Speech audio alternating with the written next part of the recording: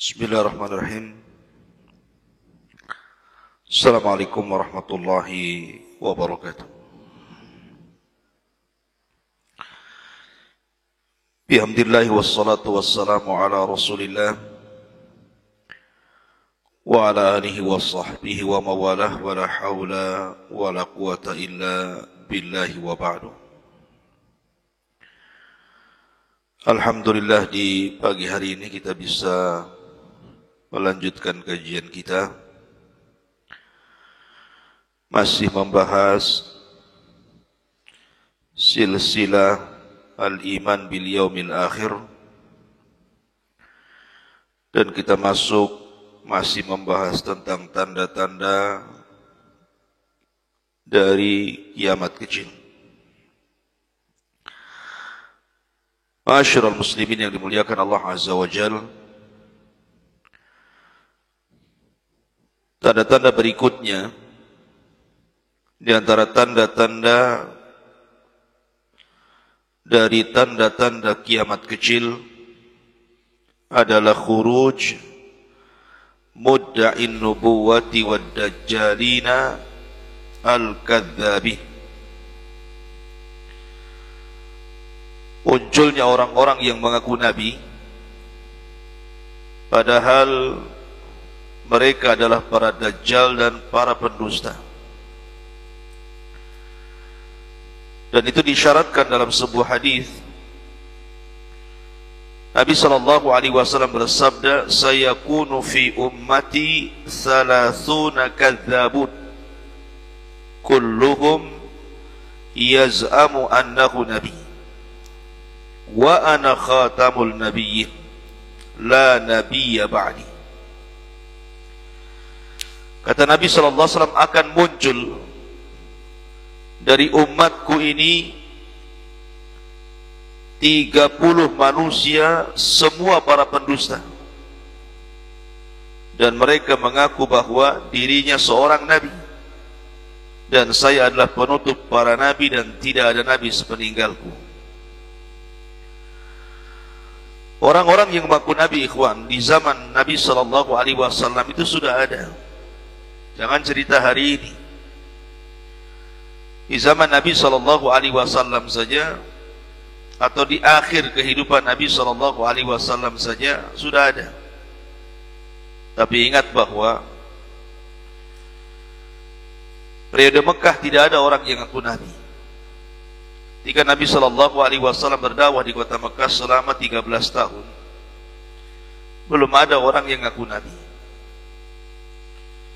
Kenapa demikian? Karena risikonya berat. Risiko menjadi seorang nabi itu berat.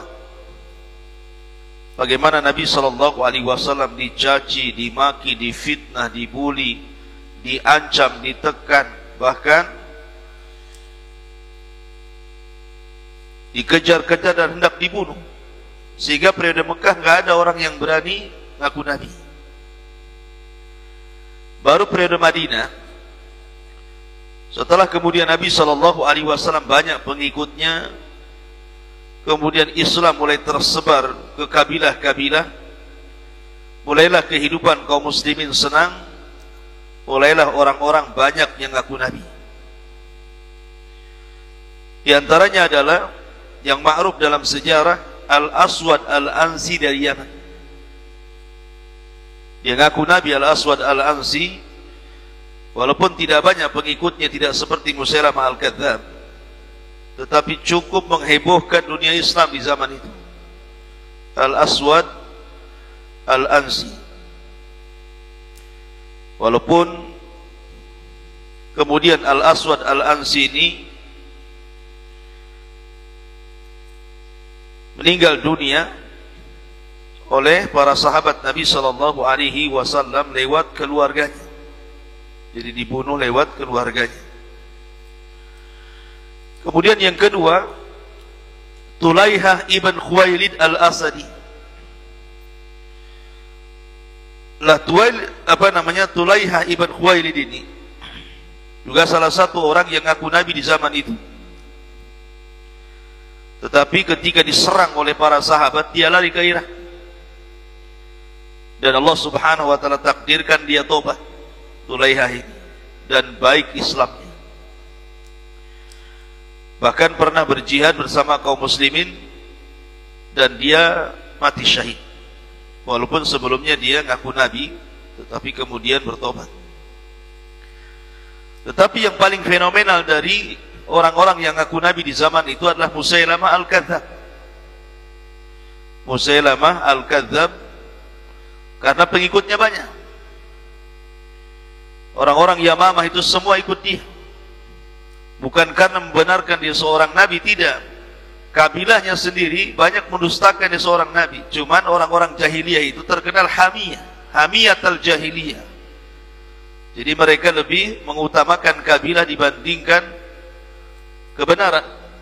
Makanya mereka banyak yang kemudian membela Musailamah Al-Kadzdzab dan ditumpas di masa Abu Bakar Siddiq radhiyallahu an dalam perang Yamamah sampai habis, sampai disebut hadiqatul maut namanya, kematiannya itu di sebuah kebun yang disebut dengan kebun kematian, Musailamah Al-Kadzdzab. Kemudian juga ada nabi perempuan namanya Syajah bintul Haris Taghlibiyah ini. Syajah bintul Haris Taghlibiyah. Tetapi Allah subhanahu wa ta'ala takdirkan juga Syajah ini di akhir hayatnya kemudian dia taubat dan baik Islamnya. Kemudian dia hijrah ke Basrah dan meninggal di Basrah. Ini di masa akhir-akhir hidupnya Nabi sallallahu alaihi wasallam. Di masa tabi'in ada juga. Di masa tabi'in ada seorang yang namanya Al-Mukhtar Ibn Abi Ubaid Al-Thaqafi. Al-Mukhtar Ibn Ubaid Al-Thaqafi ini adalah orang yang sangat membela keluarga Ali radhiyallahu anhu. Jadi ketika dibantainya Husain di Karbala oleh pasukan Yazid, lah ketika itu terjadi ketika Yazid sudah meninggal dunia, kemudian digantikan oleh putranya, kan tidak kuat putranya itu. Putranya Yazid tidak kuat, namanya Muawiyah juga, seperti kakeknya. Muawiyah ibn Yazid ibn Muawiyah namanya. Tidak kuat, bahkan justru tidak mau memegang kekuasaan. Akhirnya dari arah Madinah, Abdullah ibn Zubair mengiklankan ingin menjadi penguasa kaum muslimin. Subhanallah, akhirnya dari banyak negeri banyak berbaiat kepada Abdullah bin Zubair yang ada di Madinah, sehingga kekuasaan yang ada di Kufah semakin hari semakin padam. Tetapi banyak kekacauan. Nah, salah satunya adalah Al-Mukhtar Ibn Abi Ubaid Al-Thaqafi ini melakukan pemberontakan kepada wali Kufah, kepada pemimpin Kufah yang dulu terlibat dalam pembunuhan Husain. Kemudian dibunuhlah wali Kufah itu. Kemudian belakangan dia ngaku nabi pula ini, Al-Mukhtar Ibn Abi Ubaid Al-Thaqafi. Kemudian dibunuh oleh tentara Abdullah ibn Zubair lewat saudaranya. Kemudian juga di zaman itu, di zaman tabi'in, ada seorang nabi namanya Al-Harith ibn Said Al-Kadzdzab. Dia muncul di Damaskus, ngaku jadi nabi juga ketika di masa kekuasaan Khalifah Abdul Malik ibn Marwan. Belakangan pula kemudian di India ada orang ngaku nabi namanya Mirza Ghulam Ahmad, Hadrat Mirza Ghulam Ahmad, pendiri kelompok Ahmadiyah. Ini ngaku nabi. Belakangan pula di Jakarta ada orang ngaku nabi. Di Jawa pun ada. Di mana-mana ada. Ada di Jawa Barat namanya Cecep ngaku nabi. Wa tafidin muliakan Allah subhanahu wa ta'ala. Jadi makin kesini orang makin gila berani ngaku nabi. Bahkan ada orang ngaku Jibril lagi ya. Ngaku Jibril. Yang lebih parah lagi ngaku Tuhan. Nah, itu sudah parah itu, Dajjal itu ya. Intinya bahwa kemunculan orang-orang yang ngaku nabi ini salah satu tanda dari tanda-tanda kiamat. Dan sudah berlalu masanya. Dan itu akan senantiasa ada sampai hari ini orang-orang ngaku Nabi itu. Di negeri kita saja sudah ulang kali polisi nangkap Nabi itu. Nabi loh ditangkap polisi. Ya karena Nabi KW. Kalau Nabi asli sudah nggak ada lagi. Itulah hebatnya polisi kita menangkap Nabi. Khotufir melihatkan Allah Azza wa Jalla. Kemudian di antara tanda-tanda yang lain yang disebutkan oleh Nabi SAW adalah akan banyaknya fitnah. Ada 3 fitnah yang akan berlaku. Yang pertama fitnatul ahlas. Yang kedua fitnatu duhaima. Dan yang ketiga fitnatul sarrah. Ada namanya fitnah ahlas, fitnah sarrah dan duhaima. Ini istilah-istilah dalam hadis. Apa sih yang dimaksud ahlas? Apa yang dimaksud dengan sarra? Apa yang dimaksud dengan duhaima? Ada sebuah hadis dari Abdullah ibn Umar radhiyallahu anhu, dia mengatakan, "Kunna inda Rasulillah sallallahu alaihi wasallam qu'udan fa dzakara al-fitana fa aktsara dzikraha hatta dzakara fitnatal ahlasi." Kata Abdullah bin Umar radhiyallahu an, pada suatu hari kami duduk-duduk bersama Nabi sallallahu alaihi wasallam, beliau memberikan peringatan tentang fitnah-fitnah akhir zaman yang akan banyak bermuncul. Sampai beliau menyebutkan fitnatul ahlas. Apa fitnah ahlas ini? Faqala qailun, ada seorang sahabat bertanya kepada Nabi sallallahu alaihi wasallam, "Ya Rasulullah, wa ma fitnatul ahlas?" Apa yang dimaksud fitnah ahlas itu? Maka Rasul mengatakan, "Hiya fitnatun harab wa harab." Fitnatu harabin wa harabin. Pertama pakai H besar, yang kedua H kecil, harabin wa harabin.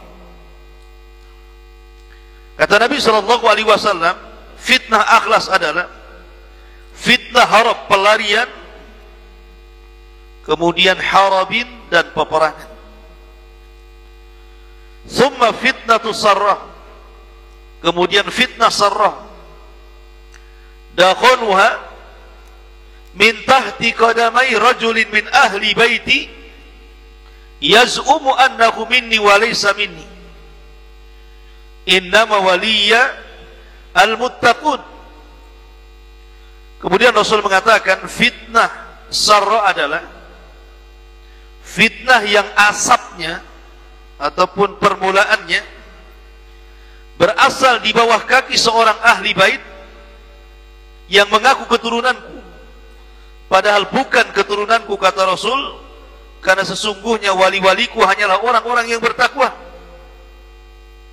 Thumma yastalihun nas ala rajulin kawarikin ala dila'in. Kemudian kata Nabi sallallahu alaihi wasallam, manusia bersepakat pada seseorang seperti bertemunya pinggul di atas tulang rusuk. Kata Nabi sallallahu alaihi wasallam, summa fitnatu duhaima. Setelah itu terjadi fitnah duhaima. Nanti saya jelaskan apa maksudnya. Kemudian akan muncul fitnah duhaima. La tada'u ahadan min hadhil ummah illa latamat khulutmah. Kemudian datang fitnah duhaima yang tidak membiarkan ada seorang dari umat kecuali dihantamnya. Ini fitnah ini lebih parah lagi. Tidak ada satupun manusia kecuali dihantamnya oleh fitnah duhaima ini. Fa idza qila qata'at tamadat. Apabila disangkanya fitnah ini sudah hilang, rupanya datang lagi fitnah duhaima ini. Jadi dia akan senantiasa datang dan berlalu, datang dan berlalu. Kemudian hatta yusbihar rajul fiha mu'minan wa yumsi kafirah, hatta yasiran nas ila fustataini, fustatu imanin la nifaqa fihi wa fustatu nifaqin la imana fihi, fa idza kana dhalikum fantadiru dajjala minal yaumi aw ghad. Kata Nabi SAW, kemudian fitnah Duhaimah ini yang tidak dibiarkan ada seseorang kecuali hantamnya. Jika dikatakan telah selesai, maka justru berlanjut. Di dalamnya ada seseorang pria, pagi hari dia beriman, sore hari dia kafir, sehingga manusia terbagi menjadi dua kemah. Pertama, kemah keimanan yang tidak mengandung kemunafikan. Yang kedua, kemah kemunafikan yang tidak mengandung keimanan. Jika itu sudah terjadi, maka tunggulah kedatangan Dajjal. Boleh jadi hari ini atau boleh jadi besok, kata Rasul. Baik, di sini ada 3 fitnah, ikhwan. Pertama, fitnatul ahlas. Apa sih ahlas itu? Ahlas itu dalam bahasa Arab diambil dari kata-kata hilsun. Hilsun itu kayak taplak meja yang selalu nempel di atas pelana unta, pelana kuda, pelana unta. Itu disebut hils namanya ya. Bukan pelana dia, kalau pelana sendiri. Jadi ada taplak, itu semacam kain diletakkan di atas pelana. Itu dalam bahasa Arab disebut hilsun. Karena nempelnya taplak itu, kain itu di atas pelana unta itu, sehingga Nabi SAW mengibaratkan fitnah ahlas ini seolah-olah tidak akan lepas dari manusia, nempel terus fitnah itu. Dan itu tanda-tanda kiamat. Kemudian Nabi SAW ditanya, apa yang dimaksud fitnah ahlas ini? Ada yang mengatakan hilsun itu diambil dari kata kegelapan, karena fitnah ini membawa kegelapan. Maksudnya adalah, kata Nabi SAW, haram wa haram. Akan terjadi peperangan dan juga akan terjadi kekacauan, kemudian akan banyak pengungsian. Dan fitnah ini terbuka sejak zaman meninggalnya Umar bin Khattab. Karena Umar bin Khattab itu kan kunci daripada fitnah. Ketika dia masih hidup, fitnah tidak akan terbuka. Tapi ketika Umar meninggal, maka fitnah itu sudah pecah dan terbuka, dan tidak mungkin ditutup sampai kiamat dibangkitkan. Karena sejak zaman Umar meninggal, apa yang terjadi? Uthman dibunuh, Ali dibunuh, kemudian perang saudara, di perang Siffin, perang Jamal, dan perang-perang yang lain. Dan sampai hari ini kita bisa lihat di Suriah, kemudian di Myanmar, kemudian di Yaman, kemudian di mana lagi, di banyak negeri sudah banyak peperangan antar saudara. Di negeri kita saja dulu ada perang Sampit namanya, perang saudara. Akhirnya banyak pengungsian, banyak peperangan, banyak pembantaian, banyak pembunuhan. Itu disebut fitnatul ahlas namanya. Fitnah ahlas itu fitnah yang menjadikan seseorang itu kemudian mengungsi karena sebuah peperangan. Akhirnya kemudian meninggalkan harta dan keluarga. Ataupun secara khusus ada yang mengatakan fitnah akhlas ini karena sudah tidak ada lagi hubungan antar saudara. Keluarga bermusuhan dengan yang lainnya, keluarga rebutan warisan dengan yang lainnya, dan itu fitnah akhlas. Dan sekarang sudah banyak, hampir masuk ke rumah-rumah kaum muslimin kan. Saudara tidak akur dengan saudaranya, anak musuhan sama orang tuanya, orang tua musuhan sama anaknya, bunuh-bunuhan keluarganya, rebutan warisan, disantetnya keluarganya, dibunuhnya, dibantai, macam-macam sekarang kan. Nah itu disebut fitnatul ahlas secara khusus, secara umum peperangan. Nah itu kalau sudah seperti ini tanda-tanda kiamat. Kemudian fitnah yang kedua, dan ada tambahan dari perkataan Imam Al-Khattabi. Kata Imam Al-Khattabi, al-haram dhihabul mali wal ahli dhahaba alaihi amwaluhu wa ahluhu kutilu wal malu sulibu. Kata Imam Al-Khattabi, beliau mengatakan bahwa al-harbu adalah hilangnya harta dan keluarga karena dibunuh ataupun karena dirampas. Kemudian yang kedua, fitnah sarrah. Apa fitnah sarra itu? Adapun fitnah sarra disebutkan oleh al-Imam Ali Al-Qari rahimahullahu ta'ala Beliau mengatakan bahwa fitnah sarra ini adalah fitnah kenikmatan. Jadi udhifatil fitnatu ilaiha li'anna ni'mata sababuha. Kenapa sarra itu dijadikan nama fitnah di akhir zaman dan tanda-tanda kiamat? Karena sarra itu artinya nikmat. Penyebab fitnah ini adalah sebuah nikmat. Ketika manusia, mereka di atas kebaikan, di atas harta, di atas kesehatan, tidak ada penyakit, melimpah ruah harta dan begitu seterusnya, akhirnya lupa diri dan jatuh ke dalam kemaksiatan. Kalla innal insana la yatgha an ra'ahus taghna. Ketika manusia dilimpah ruahkan rizkinya, maka lupa diri. Ini yang ditakutkan Nabi SAW. Al-faqra akhsha alaikum walakin akhsha an tubsata dunya kama busitat ala man kana qablakum fatanafasuha kana kama tanafasal ladina min qablikum fatuhlikakum kama ahlakatkum. Bukan kefakiran yang aku takutkan kepada kalian, tetapi yang aku takutkan dibentangnya dunia kepada kalian sebagaimana pernah dibentang kepada umat sebelum kalian. Kemudian kalian berlomba-lomba mengejarnya sebagaimana umat dulu berlomba-lomba, maka Allah hancurkan kalian sebagaimana Allah hancurkan umat sebelum kalian. Maka fitnah sarra ini adalah fitnah kenikmatan. Karena banyaknya harta akhirnya lupa diri dan maksiat kepada Allah. Akan tetapi siapa yang mengawali fitnah ini? Nabi SAW menyebutkan bahwa yang mengawali fitnah ini adalah seorang laki-laki yang mengaku keturunanku, dari ahli baitku, tetapi dia bukan dari ahli baitku. Karena orang yang bertakwa, mereka lah wali-waliku, kata Allah. Jadi justru yang mengaku, yang memulai fitnah sarra ini dari siapa? Dari keluarga bait Nabi SAW. Artinya diisyaratkan kepada orang-orang Arab, kan gitu. Lihat dulu Arab, itu tanah tandus, ikhwan. Arab itu tanah tandus. Baru mereka kaya setelah ditemukan minyak. Seperti Dubai, Imarat. Dulu padang pasir kering kelontang itu. Tidak ada namanya bangunan tinggi-tinggi kayak sekarang ini. Baru setelah ditemukan gas, minyak, macam-macam isinya kan. Mulailah kemudian kaya raya. Akhirnya banyak yang membangun rumah luar biasa. Sudah tidak ada lagi Baduy menjadi kota.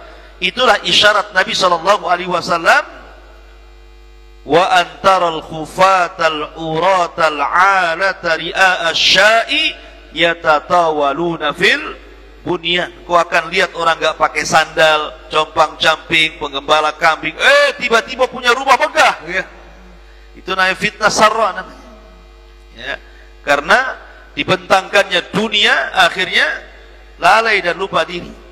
Dan itu dimulai dari kata Rasul, keluargaku, padahal dia bukan keluargaku. Ada yang mengatakan memang dia nasabnya sampai kepada Rasul, tapi perbuatannya sama sekali tidak mencontohkan dia anak turunan Nabi SAW. Dan itu adalah fitnah sarra yang disebutkan dalam hadis ini. Kemudian yang lebih parah lagi ada namanya fitnatud duhaimah. Yang kata Nabi SAW, tidak ada satupun rumah kaum muslimin kecuali dihantamnya oleh fitnah ini. Karena fitnah ini tidak ada satupun rumah kecuali dimasukinya. Dan fitnah ini berkenaan dengan masalah kesesatan, ikhwan. Coba sekarang, dulu tidak ada satupun rumah kecuali ada TV di situ. Sekarang tidak ada satupun rumah kecuali ada handphone. Dan sekarang mulai daripada orang kaya sampai orang miskin punya handphone, kan? Dan isi handphone sekarang penceramah-penceramah itu macam-macam, kan? Ada yang Syiah, ada yang liberal, ada yang Khawarij, macam-macam, kan? Kalau seandainya orang tidak hati-hati kemudian thalabul ilmi masuk ke webnya orang Syiah, jadi Syiah dia, kan gitu. Kalau masuknya ke Khawarij jadi Khawarij. Kalau masuk ke ke ajaran-ajaran sesat pasti akan sesat. Makanya Rasul mengatakan fitnah duhaimah ini bahaya. Karena tidak ada satupun manusia kecuali dihantamnya. Dan berakhir manusia akan terbagi menjadi dua. Ada yang munafik khalis, ada yang mukmin khalis. Ada yang munafik murni, ada yang mukmin murni. Karena ada orang-orang yang di pagi harinya beriman, malam harinya dia kufur. Malam harinya dia beriman, paginya pula sudah kufur. gara-gara handphone baca, oh iya betul juga, akhirnya syubhat masuk. Padahal pagi-pagi dia sudah fitrahnya seperti fitrahnya lurus gitu ya, gara-gara masuk di web apa gitu, kemudian malamnya dipikirkan betul juga ajaran ini, mulai dia masuk ajaran kufur masuk. Ya. Masyaallah muslimin yang dimuliakan Allah Azza wa Jalla, ini fitnah duhaima akan terus berlalu. Makanya kenapa 3 fitnah ini sangat bahaya sekali. Masyaallah muslimin yang dimuliakan Allah Azza wa Jalla. Kemudian juga termasuk hadis yang berikutnya, hadis Auf ibn Malik radhiyallahu an, kata Nabi sallallahu alaihi wasallam, "U'dud sittan baina yadi sa'ah." Perhatikan 6 perkara sebelum terjadi hari kiamat. Kata Nabi sallallahu alaihi wasallam, "Mauti, kematianku, summa fathu Baitul Maqdis." Kematian Rasul sudah berlalu. Kemudian Fathu Baitul Maqdis pernah terjadi di zaman siapa? Di zaman Umar Ibn Khattab radhiyallahu an, dan di zaman Salahuddin al-Ayyubi. 2 kali Baitul Maqdis jatuh ke tangan kaum muslimin, dan di akhir zaman Baitul Maqdis juga akan jatuh ke tangan kaum muslimin, bahkan akan menjadi kekuatan kaum muslimin. Kemudian kata Nabi SAW, "Tsumma mutan ya'khudhu fikum kaqu'asil ghanami." Kemudian kematian yang begitu banyak seperti kuas ghanam, penyakit kambing yang pernah terjadi di zaman Rasul. Jadi zaman Rasul itu ada penyakit kambing yang kalau datang penyakit itu banyak kambing mati. Maksudnya di sini adalah kematian yang banyak ini pernah terjadi di zaman siapa? Umar Ibn Khattab. Ada namanya Taun Amwas namanya. Taun Amwas ini pernah terjadi di zaman Umar, bukan hanya 1.000, 2.000. Ribuan manusia mati. Bahkan sahabat-sahabat yang mulia, mulai dari Mu'ad bin Jabal, Abu Ubaidah ibnul Jarrah, kemudian banyak para sahabat yang lain mati karena taun. Jadi bukan karena perang, matinya karena taun. Dan taun di zaman dulu adalah sebuah azab, tetapi di zaman kita taun itu adalah tanda-tanda husnul khotimah, karena orang mati karena taun termasuk syahid. Para sahabat Nabi SAW banyak kena taun, dan sekarang penyakit taun yang sejenis dengan taun mungkin ya di zaman sekarang juga berlaku, namanya corona. Ya, corona dengan taun, walaupun beda tentu taun dengan corona, tetapi sama-sama virus yang mematikan kan, yang bukan hanya 1 jiwa orang mati karena corona ini, berjiwa-jiwa dari semua negara tuh. Jadi salah satu tanda-tanda kiamat kecil yang disebutkan Nabi SAW, mutan namanya, thumma mutan ya'khudhu fikum kaqu'asil ghanam, thumma istifadatul mal hatta yu'tir rajul 100 dinar fayadillu sakhitah.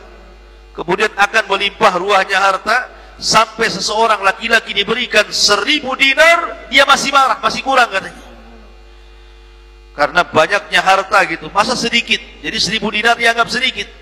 Dan ini pernah terjadi di zaman Umar Ibn Abdul Aziz rahimahullahu ta'ala. Thumma fitnatun, nah di sini, la yabqa baitun minal Arab illa dakhalathu. Kemudian fitnah yang tidak ada satupun rumah daripada rumah-rumah orang Arab kecuali akan dimasukinya. Dalam riwayat, kemudian fitnah yang mengarah ke langit, yang tidak ada satupun tempat baik di hutan ataupun padang pasir kecuali akan dihantamnya. Dulu para ulama bingung tentang hadis ini, termasuk fitnah yang datang dari langit. Tetapi sekarang baru tersingkap setelah manusia banyak mengirim satelit-satelit ke langit, kemudian dipancar luaskan oleh satelit itu berita-berita dunia, sehingga terjadi globalisasi. Yang jauh semakin dekat, yang dekat makin dekat lagi. Kemudian orang bisa mengupload apa saja, bersiaran apa saja, bicara apa saja, menulis apa saja, maka tidak ada satupun rumah kecuali dimasukinya. Bahkan di padang pasir kering kelontang sekalipun bisa lihat berita, tengah hutan pun bisa lihat internet. Akhirnya banyak kerusakan di mana-mana. Dan itu sudah terjadi hari ini, fitnah ini. Karena tidak ada satupun manusia kecuali punya media masalahnya. Dan sekarang kan orang terserah mau ngapain saja, mau ngomong apa saja, mau beritakan apa saja. Siapa yang melarang? Nggak tahu. Di tengah hutan saja dia bisa live, ya kan? Dia bisa nyesatin orang. Maka ini fitnah ini sudah terjadi, dan sampai hari ini makin meluas fitnah ini. Summa munnatun takunu bainakum wa baina bani asfar. Kemudian perjanjian yang akan berlaku antara kalian dengan Bani Asfar. Bani Asfar ini keturunan daripada Nabi Ishak. Jadi Ishak itu punya dua anak, namanya Yakub yang disebut dengan Israel, keturunannya Bani Israel. Kemudian yang kedua namanya putra Ishak itu Is namanya. Is inilah yang kemudian disebut Rum. Keturunannya disebut Bani Asfar, orang-orang Eropa. Kalau disebut dengan Nasrani Eropa, itulah disebut Bani Asfar, keturunan Romawi. Dan Rum itu salah satu nama daripada nama-nama anak Yakub. Jadi Yakub punya anak satu turunan Romawi, Eropa mungkin hari ini, kemudian satu keturunan Bani Israel. Lah kata Nabi SAW, kalian kelak akan melakukan perdamaian dengan Bani Asfar, dengan orang-orang Nasrani Eropa sana. Kapan nanti kejadiannya? Ketika terjadi Malhamatul Kubro. Sebelum Malhamatul Kubro, Armageddon gitu ya dalam bahasa Yahudi, maka terjadilah hudnah, perjanjian untuk memerangi negara-negara selain mereka, dan Allah menangkan. Jadi kaum muslimin akan melakukan hubungan gencatan hubungan perang bersama orang-orang Eropa, kemudian akan menyerang negara yang berbeda, dan Allah menangkan. Tiba-tiba setelah terjadi kemenangan, orang-orang Nasrani mengklaim itu kemenangan mereka dan mengatakan, ini adalah kemenanganku. Ghalabas salib, ghalabas salib, katanya. Salib telah menang, salib telah menang. Maka kaum muslimin marah dan mengatakan, balillah ghalab, bahkan Allah yang menangkan perang ini. Akhirnya terjadi percekcokan, kemudian dibunuhlah orang Nasrani ini. Terjadi pemudaran perjanjian, sehingga kemudian berakhir dengan peperangan besar yang disebut dengan Malhamatul Kubro, atau orang Yahudi menyebutnya Armageddon. Dan kaum muslimin menang dalam perang ini. Dan ini perang dahsyat, tidak ada perang sedahsyat ini. Sampai disebut Malhamah. Malhamah itu diambil dari kata lahmun. Lahmun itu artinya daging. Karena peperangan di zaman nanti, di akhir zaman itu sudah tidak pakai lagi alat-alat canggih seperti sekarang. Artinya akan kembali ke pedang, akan kembali ke tombak, akan kembali ke unta, akan kembali ke kuda, dan begitu seterusnya. Sehingga saking dahsyatnya peperangan ini, sehingga daging itu tercabik sana sini, sehingga melayang ke atas semuanya. Maka disebut malhamah. Jadi dagingnya muncrat ke sana kemari. Maka perang itu disebut Malhamatul Kubur, perang dahsyat, perang maha dahsyat mungkin bahasa kitanya. Maka disebut Malhamatul Kubro. Orang-orang itu menyebutnya Armageddon. Wallahu a'lam bishawab. Ini diantara bagian daripada alamah kiamat kecil. Masih banyak lagi, kita lanjutkan esok hari. Subhanallah bihamdika, asyhadu an la ilaha illa anta, astaghfiruka wa atubu ilaik. Allahu ta'ala. Assalamualaikum warahmatullahi wabarakatuh.